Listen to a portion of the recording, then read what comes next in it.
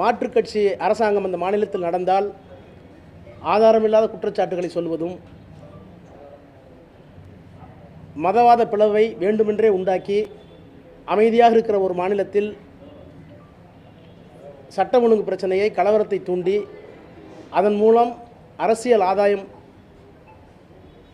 கிடைக்குமா, அறுவடை செய்யலாமா என்கின்ற அருவருப்பான உணர்ச்சியும் அவருடைய பேச்சில் வெளிப்பட்டிருக்கிறது. இது கூட்டாட்சி தத்துவதற்கு நல்லதல்ல.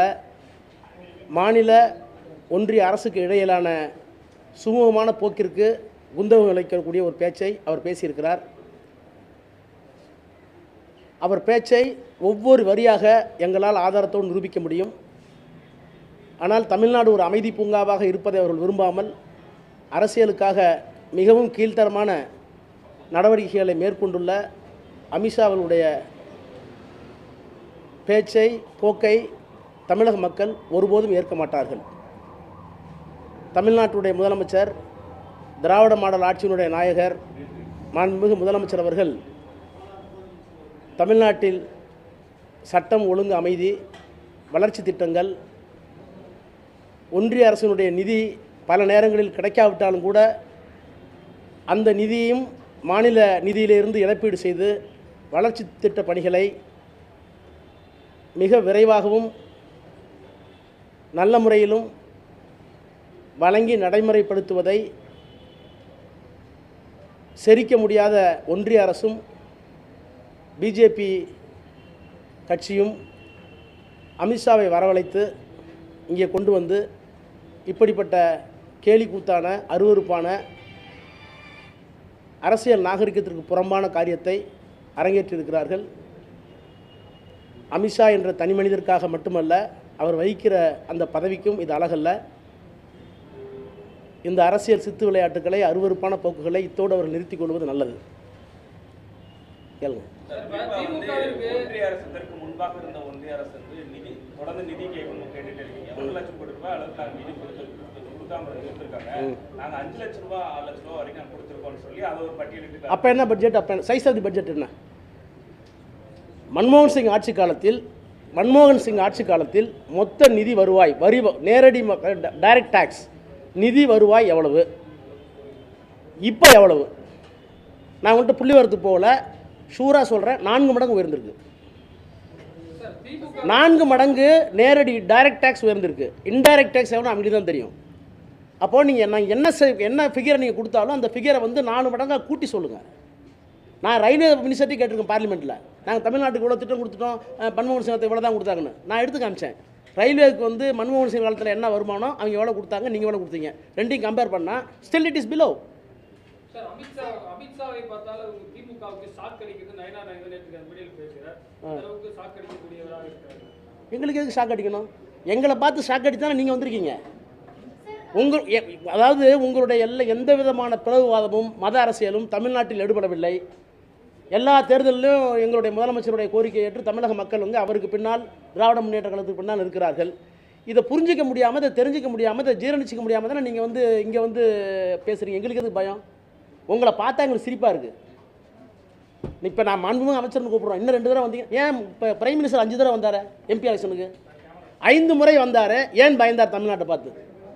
எப்போவாவது ஒரு பிரதம மந்திரி சுதந்திர இந்தியாவில் 5 முறை சும்மா மேட்டுப்பாளையம் முனிசிபாலிட்டி, திருப்பூர் முனிசிபாலிட்டி 5 தடவை ஏதாவது பிரைம் மினிஸ்டர் வந்து பார்த்துருக்கீங்க? யாருக்கு பயம்? இதே போதுமே, யாருக்கு பயம்னு? தேர்தல் அறிக்கையில் திமுக சொன்னது 10% நிறைவேற்றிருக்காங்க. 90% வாங்கன்னு கூப்பிட்றாங்க, நானும் கூப்பிட்றேன். நாங்கள் 98.5% நிறைவேற்றிட்டோம். நான் கூப்பிட்றேன், வாங்க, எங்கே வச்சுக்கலாம், வாங்க. அரசு ஊழியர்களுக்கு ஓய்வூதிய திட்டம் மட்டும்தான் நிற்கிது. அதுக்கும் ஒரு குழு போட்டிருக்காரு முதலமைச்சர். அதில் நிதி பற்றாக்குறை இருக்குது, அதை எப்படி செய்யலான்ட்டு 2 பேர்த்துக்கும் காம்ப்ரமைஸாக ஒரு டீம் போட்டிருக்கோம். அதை நாங்கள் ஒத்துக்கிறோம். அதை தவிர மீது என்ன செய்யலை, சொல்லாதையும் செஞ்சுருக்கோம். நான் கூப்பிட்றேன் அவரை, அவர் கூப்பிட வேணாம், நான் கூப்பிட்றேன், வாங்க அமித்ஷா அவர்களே வாங்க, நான் தயார். டெல்லியில், சென்னையில், புவனேஸ்வரியில், ஆனால் தயவு பண்ணி ஹிந்தியில் பேசாதீங்க, வாங்க.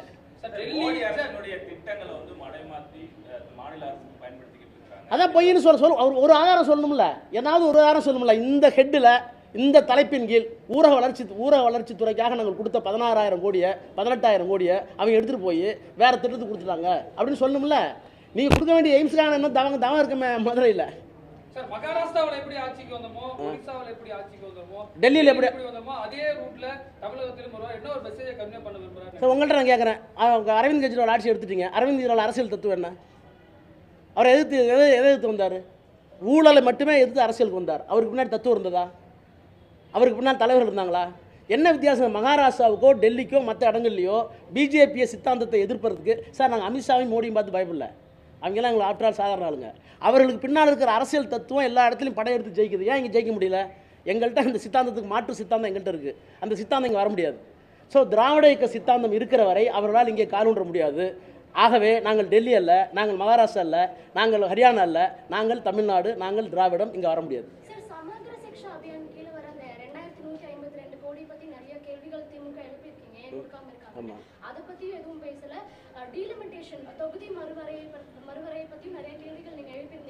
நீங்க கேட்டீங்களா? உண்மையாக தான் கேட்குறோம்.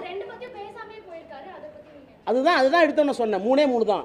அப்பட்டமான பொய், அருவருப்பான வஞ்சகம், பிளவுபடுத்தும் சூது. அப்பட்டமான பொய், வஞ்சகம். என்ன? ஏன் டீலிமிட்டேஷன் பேச மாட்டேங்கிறீங்க? பார்லிமெண்ட்டில் நாங்கள் கேட்குறோம். எந்த அடிப்படையில் டீலிமிட்டேஷன் வருது? இல்லை எங்களுக்கு அந்த மாதிரி எண்ணமே இல்லை என்று சொன்னால் ஏன் 880 சீட்டை வச்சு பார்லிமெண்ட்டை கட்டினீங்க? ஏன் அந்த கட்டடத்தை திறக்கும் போது பிரதமர் மாதிரி டீலிமிட்டேஷன் வந்துச்சுனாக்கா 800க்கு மேலே எம்பிகள் வருவார்கள், அதற்காக தான் நான் கட்டினேன் அப்படின்னு சொன்னது உண்மையா பொய்யா? அமித்ஷா சொன்னாரா இல்லையா? அப்போ உங்கள் நோக்கம் டீலிமிட்டேஷன் வந்ததுக்கு பிறகு 800க்கு மேற்பட்ட எம்பிகள் வந்துருவாங்க. எந்த அடிப்படையில்? மக்கள் தொகை அடிப்படையில். அது தமிழ்நாட்டை வஞ்சிக்கும், அது தென்னகத்தை வஞ்சிக்கும். இன்னும் சொல்ல போனால் தென் மாநிலங்கள் இல்லாமலேயே எந்த ஒரு மசோதாவையும் எந்த ஒரு அரசியல் சட்ட திருத்தத்தையும் அவர்களால் கொண்டு வர முடியும் என்பதுதான் அங்கே உள்ள இருக்க சூது. அந்த சூதியை முறியடிச்சிருக்கிற ஒரே தலைவர் எங்களுடைய மாண்பு முத்துவேல் கருணாநிதி ஸ்டாலின்ங்கிற மாமனிதர் தான். இதை டெல்லி வரைக்கும் ஒப்புக்கிறாங்க. நீங்கள் மட்டும் இல்லைன்னா இந்நேரம் டீலிமிட்டேஷன் முடிச்சிருப்பாங்கங்கிறாங்க. பேச மாட்டார், அவர் பேச மாட்டார்.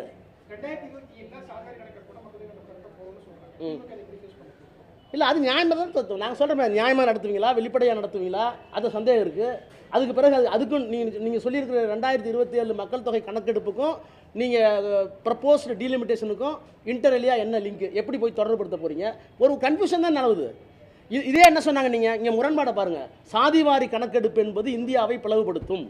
சாதிவாரி கணக்கெடுப்பு கேட்கின்ற திமுக உள்ளிட்ட மாநில கட்சிகள் பிளவுவாதிகள், பிரிவினைவாதிகள் அப்படின்னு சொன்ன வாய் எங்கே? அந்த வாய் நல்ல வாய், இந்த வாய் நாரவாயா?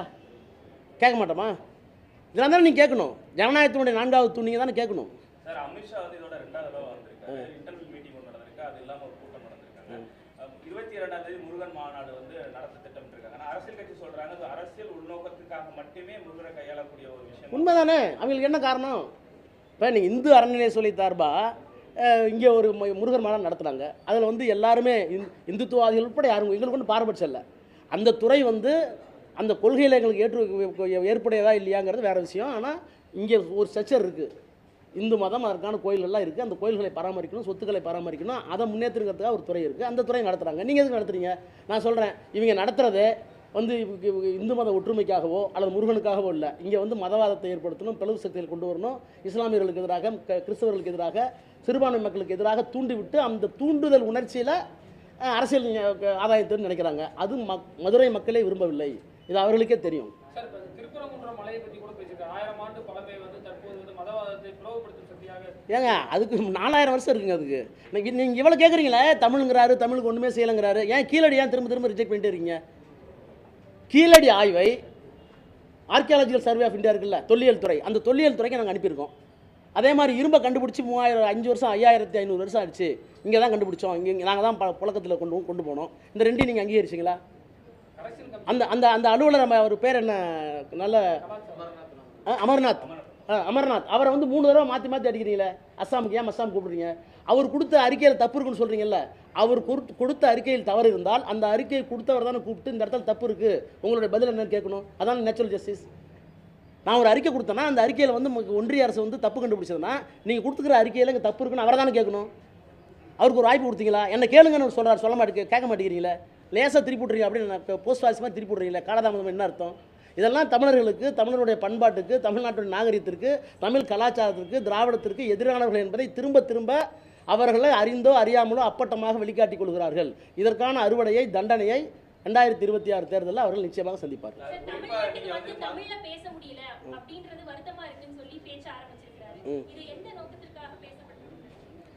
ஏன் மற்ற மாநிலங்கள் இருக்க மொழியெல்லாம் அவங்க வளர்த்துட்டாங்களா? குஜராத்தி மொழி என்னாச்சு? பீஜப்பூர் மொழி, பீகாரில் மொழி என்னாச்சு? வட இந்தியாவில் நாங்கள் தயவுசெய்து உங்களுக்கு கேட்குறேன், வட இந்தியாவில் அந்தந்த மாநிலங்களுக்கு இருந்த மொழிகள் இந்த ஆட்சி வந்த 15 ஆண்டு காலத்தில் இருக்கிறதா? புழக்கத்திலே இல்லை. இந்தியா கொண்டு வந்துட்டாங்க. அடுத்த கட்டத்து எங்கே போவாங்கன்னா சமஸ்கிருதத்துக்கு போவாங்க, சரஸ்வதி நாகரத்துக்கு போவாங்க. இல்லாத சரஸ்வதி நாகரத்துக்கு எவ்வளோ பணம்? இவங்களே 200 கோடி, பக்கத்தில் இருக்க மாநிலங்களெல்லாம் 200 கோடி. எங்கே இருக்குது சரஸ்வதி நதி?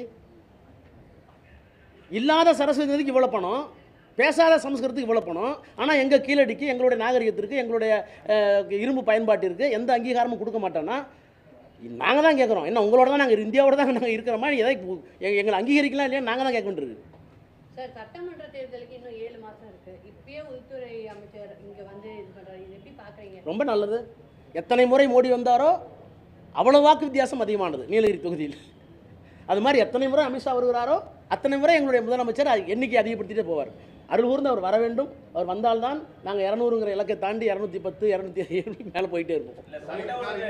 உள்துறை அமைச்சர் சட்ட ஒழுங்கு பிரச்சனை குறித்து பேசுறாரு. அதாவது ஜாதி இதை வந்து பிளவு ஏற்படுத்தக்கூடிய வகையிலையும் திமுக செயல்பட்டு ஒரு குற்றச்சாட்டு. சார், இதெல்லாம் இங்கே பேசலாமா? பில்கிஸ் பானுன்னு ஒரு பொண்ணை கேள்விப்பட்டிருக்கீங்களா? வயசில் 3 மாத குழந்தை, கையில் 2 வயசு உள்ள குழந்தை நடந்து போகிறாங்க. போய் அந்த பொண்ணை கற்பழித்து குழந்தைய எடுத்து பாறையில் அடித்து தேங்காய் மாதிரி உடைச்சி அதுக்கு கொடுத்த தண்டனையை குஜராத் அரசாங்கம் ரத்து பண்ணிவிட்டு வெளியே வரும்போது கூட்டிகிட்டு வரதுக்கு போய் பிஜேபி போகிறீங்க, பஜ்ரங்தள் போகிறீங்க, இதெல்லாம் அமித்ஷா வந்து பர்மிட் பண்ணிட்டு இருக்கார் குஜராத்தில்னா இவர் பேசுகிறதா? இவர் சட்ட ஒழுங்கு பற்றி பேசுகிறதா? இங்கே மணிப்பூரில் என்ன நிலமை? கவர்னர் வெளியே வந்தாரா? பிரைம் மினிஸ்டர் பதில் சொன்னாரா? என்ன நிலமைன்னு கேட்குறேன். போலீஸ் பாதுகாப்போட, இராணுவ பாதுகாப்போட பெண்களை கூட்டிகிட்டு போய் கற்பழிக்கிறாங்க. வீடியோ வெளியே வந்துச்சு. அந்த சீஃப் மினிஸ்டர் அவங்களால எடுக்க முடியல, கவர்னர் பதில் சொல்ல முடியல. இவ்வளவும் பார்த்துட்டு ஊமை மாதிரி உட்காந்துருந்தீங்க. அருவருப்பா இல்லை, வெக்கமா இல்லை? நாங்கள் தான் கேட்டோம், திமுக தான் கேட்டுச்சு. இதுக்கெல்லாம் பதில் சொல்ல முடியாத பிரதமரும் அமித்ஷாவும் மதுரைக்கு வந்து சட்ட ஒழுங்கு சரியில்லைன்னு சொன்னால் உங்களை வந்து என்ன, அது எப்படி சொல்கிறது? ஒடிசா தேர்தல் பிரச்சாரத்தின் போது தமிழ்நாட்டை சேர்ந்தவர் ஆட்சி செய்வதானது மாதிரி ஆமாம் ஆமாம், இங்கே தமிழ்நாடு அப்படிங்கிற மாதிரி ஒரு பிரச்சாரத்தை முன்னெடுக்கிறார். இது நோக்கம் என்ன? இதுதான் உண்மையான பிளவுவாதம். ஏக இந்தியா ஒரே தேசம் என்று சொன்னால் ஒடிசாவில் யார் இருந்தா? அவர் ஒரு ஐஏஎஸ் ஆஃபீஸர். அந்த ஐஏஎஸ் ஆஃபீஸர் அந்த நாட்டுக்கு நல்லது பண்ணாரா கெட்டது பண்ண தானே சொல்லணும். அவர் வந்து ஊழல்வாதியா, முதலமைச்சர் இருக்கிற அவர் வந்து நல்லவரா கெட்டவரா இதானே சொல்லணும். ஆனால் ஒடிசாவில் போய் ஒரு தமிழ்நாட்டுக்காரர் உங்களை ஆளலாமா, இந்த சாவி தமிழ்நாட்டில் இருக்கலாமான்னு கேட்ட ஒருத்தர் எப்படி வந்து ஏக இந்தியா பாரத் மாதா ஜின்னு சொல்கிறதுக்கு தகுதி இருக்குது? எல்லாம் போய் நிர்வாகத்தை அரசியலையும் குழப்பிக்கிறாங்களா, அவங்க ஆதாயத்தையும் பயன்படுத்திக்கிறாங்க. சார், அவங்க எல்லாமே செய்வாங்க. எல்லாம் மதத்தையும் நிர்வாகத்தையும் குழப்புவாங்க. என்னன்னா அல்டிமேட்டாக அவருடைய ஆதாயம், ஆர்எஸ்எஸ்னுடைய என்ன இலக்கோ அதுதான். அந்த ஆர்எஸ்எஸ் இலக்குக்கு மோடியும் அமித்ஷாவும் பகடைக்காய். அது தெரிஞ்சோ தெரியாமல பண்ணிட்டு இருக்காங்க. அது தமிழ்நாட்டில் வந்து வேகாது அப்படிங்கிறதுனால விரக்தியில் இருக்காங்க. அவ்வளோதான். கூட்டணி ஆட்சி அப்படின்ற மாதிரி சொல்றாங்க. அது நீங்கள் எடப்பாடி தான் தெரியும் என்ன சொல்கிறாங்க. ஆமாம், எடப்பாடி எடப்பாடி கேட்டிங்களா? திரும்பவும் ரீட்ரேட்டட். இது வந்து பிஜேபி ஏடிஎம்கே கூட்டணி ஆட்சிங்கிறாரு. அப்போ அதிகாரத்தில் பங்கு உண்டான்னு கேட்டீங்க நீங்கள் போய், யார்? எடப்பாடி பழனிசாமி. அது என்ன சொன்னார்? திரும்ப அவர் லோக்கல் பாஷையில் திரும்ப கூட இல்லை, திரும்ப அந்த கேள்விக்கு ஏன் வரீங்கன்னாரு. இப்போ நான் உங்கள்கிட்ட கேட்குறேன், திரும்ப பழனிசாமிட்டே போய் கேளுங்க. திருப்பி கேளுங்க. ஐயா நீங்கள் என்ன ஐயா அப்படி சொன்னீங்களே, திருப்பி அவரே சொல்லிட்டு போகிறாங்க, நீங்கள் என்ன பண்ணிட்டு கேளுங்க. ஒரு வலுவான கூட்டணி அமைக்க முயற்சியில் வந்து ஏங்க, அரசியலில் எல்லா முயற்சியும் நாங்கள் என்ன வேண்டாம் நான் சொல்கிறோம். நீங்கள் எப்படிப்பட்ட கூட்டணி வேணாலும் அமைங்க, அந்த கூட்டணியை எதிர்கொள்கின்ற தகுதி, ஆற்றல் எங்களுடைய முதலமைச்சர்கிட்ட இருக்குது, அவர் கொடுக்குற அரசாங்கத்திட்ட இருக்குது. மக்கள் இந்த ஆட்சியை எப்படி அங்கீகரிக்கிறாங்கன்னு அவர் போகிற இடத்த போய் பாருங்கள். நாங்களே போகிறோம், தேர்ந்தெடுக்கப்பட்ட நாடாளுமன்ற உறுப்பினர்கள், சட்டமன்ற உறுப்பினர் போகிறோம். நீங்கள் பார்க்குறீங்களா, இப்போ எல்லாம் விஷுவல் மீடியா வந்துருச்சு. ஒரு எம்எல்ஏ எம்பி போனால் கூட வாட்ஸ்அப்பில் எடுக்கிறீங்க. எந்த ஊரில் எங்களை துரத்துறாங்க? எந்த ஊரில் எங்களை வெறுக்கிறாங்க?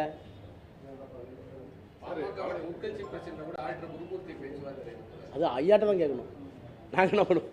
நீங்க சொல்றீங்க மோடி இங்க வந்ததுனால வாக்கு சதவீதம் அதிகமாயிடுச்சு. இந்த தடவை அமித்ஷா பேசும்போது என்ன சொல்றாருன்னா, அமித்ஷா வந்ததுனால ஒன்றும் நடக்க போறது இல்லை அப்படின்னு நீங்க சொல்றீங்க. ஆனா 2026 மக்களே வந்து திமுகவை தூக்கி எறிஞ்சிருவாங்க. இல்லை, முதல்ல இது வரைக்கும் வந்து மோடி அமித்ஷா தான் சிங்கிள் மேன் ஷோ தான் காமிப்பாங்க. தமிழ்நாட்டில் தான் முதல்ல ஹி அக்செப்டட் தி டிஃபீட். என்னால் ஒன்றும் பண்ண முடியாது அப்படின்னு விரக்தியினுடைய உச்சத்துக்கு போய் பாலை ஷூட் பண்ணுறார். மக்கள் பார்த்துக் கொள்வார்கள் என்று நாங்களும் சொல்லுகிறோம். மக்கள் உங்களை பார்த்துக் கொள்வார்கள்.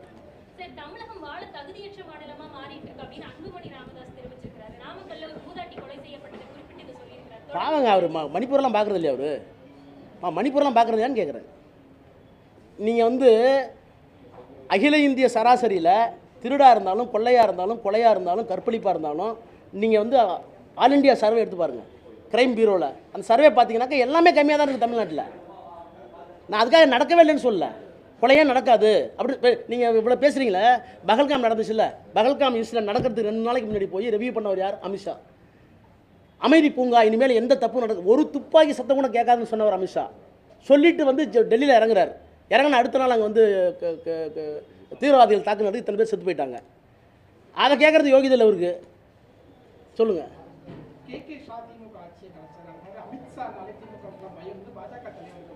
சரி, ஷா கலைச்சி என்ன பண்ணாங்க? ஷா கலைச்சி பண்ணாங்க என்ன மண்டி போட்டோமா? மண்டி போட்டோமான்னு கேட்குறேன். எக்ஸ்டென்ஷன் கொடுத்தாங்க. அவசரகால எமர்ஜென்சி நீங்கள் எதுக்கலன்னா இன்னும் 2 வருஷங்கள் எக்ஸ்டென்ஷன் தரேன் நாங்கள். அதே ஷா தான் பேசினார். அந்த ஷாவை எடுத்தாடிச்சு, நீ கலைச்சிக்கன்னு சொன்னோம். திரும்ப வந்தோமா இல்லையா? திரும்ப நீங்கள் வந்துட்டீங்களா? நான் கேட்குறேன். ஷாவை கலைச்சிட்டு காங்கிரஸாக வந்துச்சு, எம்ஜிஆர் வந்தார், அதை விட்டுருங்க.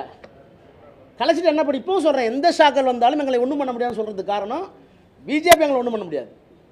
சித்தாந்த ரீதியான எதிர்ப்பு வலுவாக இருக்கிறதுனால அதை நீங்கள் உறுதிப்படுத்துறீங்க சார். நாங்கள் நீங்கள் வந்து டெல்லியில், மகாராஷ்டிராவில், ஹரியானாவில் பிஜேபி வந்து ஆட்சி அமைக்குன்னு சொல்கிறாங்கல்ல, ஈவன் வெஸ்ட் பெங்காலில் கூட அமைக்கணும்னு சொல்கிறாங்கல்ல, அதை பற்றி எங்களுக்கு கவலை. ஏன்னா இதுக்கு மாற்று சித்தாந்தம், எதிர் சித்தாந்தம் அவங்கள்ட்ட இல்லை. இந்துத்துவா மதவாத சக்திகளுக்கு மாற்று சித்தாந்தம் இல்லை. நாங்கள் தான் சொல்லிட்டோமே, எல்லோருக்கும் எல்லாங்கிறதான் எங்கள் தத்துவம், திராவிட தத்துவம், ஈக்குவல் ஆப்பர்ச்சுனிட்டி எங்களுக்கு தத்துவம், ஆண் பெண் பாலின சமத்துவம் எங்களுது, சமத்துவம் எங்களுது, சாதியற்ற சமூகம் எங்களுக்கு, அதை நோக்கி போயிட்டுருக்கோம்.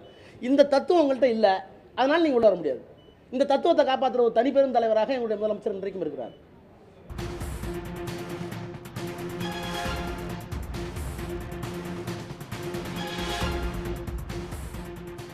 திமுக துணை பொதுச் செயலாளரும் எம்பியுமான ஆராசா செய்தியாளர்களை சந்தித்து பேசினார். திராவிட சித்தாந்தம் இருக்கும் வரை தமிழ்நாட்டில் பாஜக வெல்லாது என்று ஆராசா உறுதிபட கூறியிருக்கிறார்.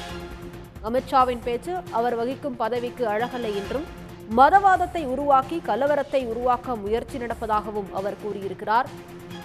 மேலும் தமிழ்நாடு அமைதி பூங்காவாக இருப்பதை அவர்கள் விரும்பவில்லை என்றும் கூறியிருக்கிறார். தமிழ்நாடு அமைதி பூங்காவாக இருப்பதை விரும்பவில்லை அமித்ஷா என்று ஆராசா தெரிவித்திருக்கிறார். மதவாத பிளவை வேண்டுமென்றே உருவாக்கி கலவரத்தை உருவாக்க அமித்ஷா முயல்கிறார் என்று ஆராசா குற்றம் சாட்டியிருக்கிறார். நாட்டின் கூட்டாட்சி தத்துவத்துக்கு குந்தகம் விளைவிக்கும் வகையில் அமித்ஷா பேசியுள்ளதாகவும் ஆராசா கண்டனம் தெரிவித்திருக்கிறார். அமித்ஷாவின் பேச்சை தமிழ்நாட்டு மக்கள் ஒருபோதும் விரும்பவோ ஏற்கவோ மாட்டார்கள் என்றும் அவர் கூறியுள்ளார். தென் மாநிலங்களின் ஒப்புதல் இன்றியே எந்த மசோதாவையும் சட்டமாக்கும் வகையில் சதி நடப்பதாகவும் கூறியிருக்கிறார்.